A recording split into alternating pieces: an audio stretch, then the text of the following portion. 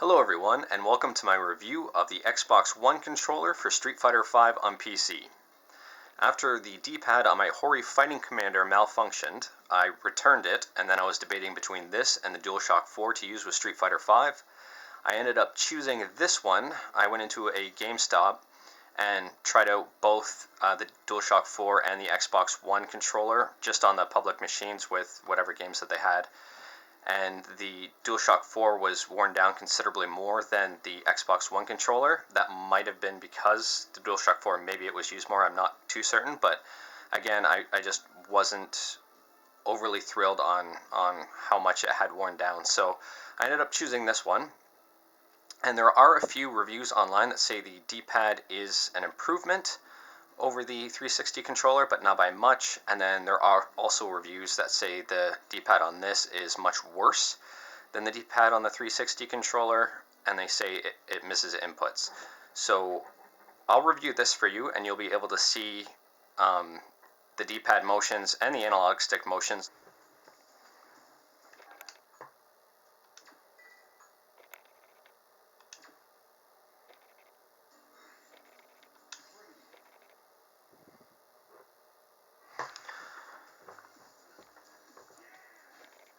Alright, I just want to apologize first and foremost. I'm running low spec mode because of a low spec machine.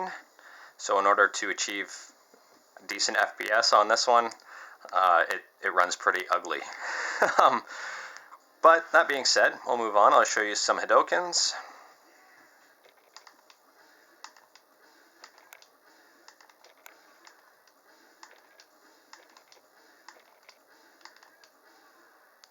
As you can see, no issue. Now I'll use the control stick.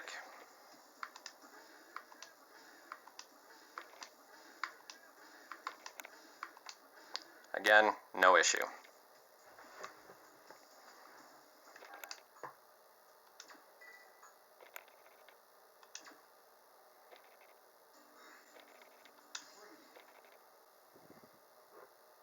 Alright, so now I'm going to show you some Shoryukens.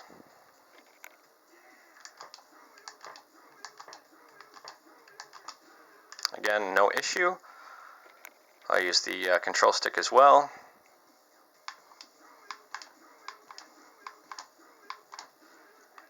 Again, no issue.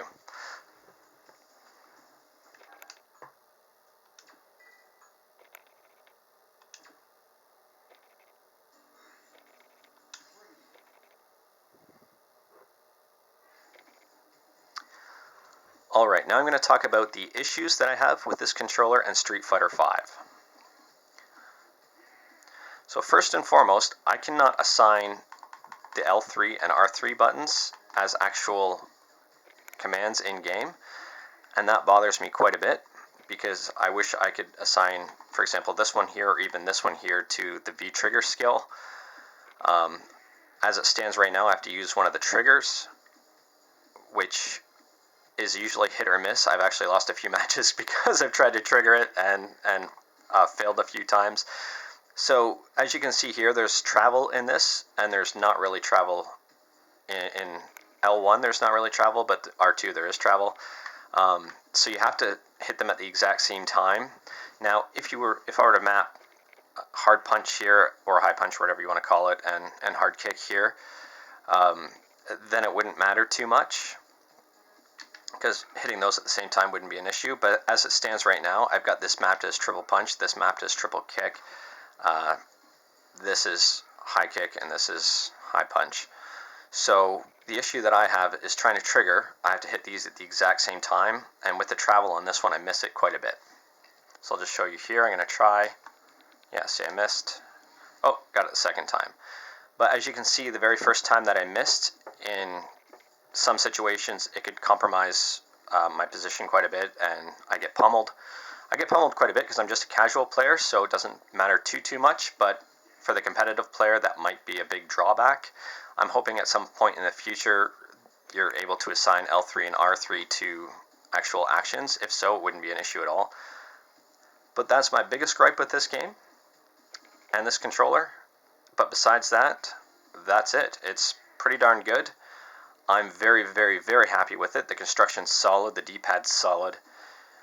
And the D-pad, as long as you roll your finger on it and don't just press, down forward, if you do it that way, you're going to miss your commands. But if you just roll, there's no issues whatsoever. All right, thanks everyone.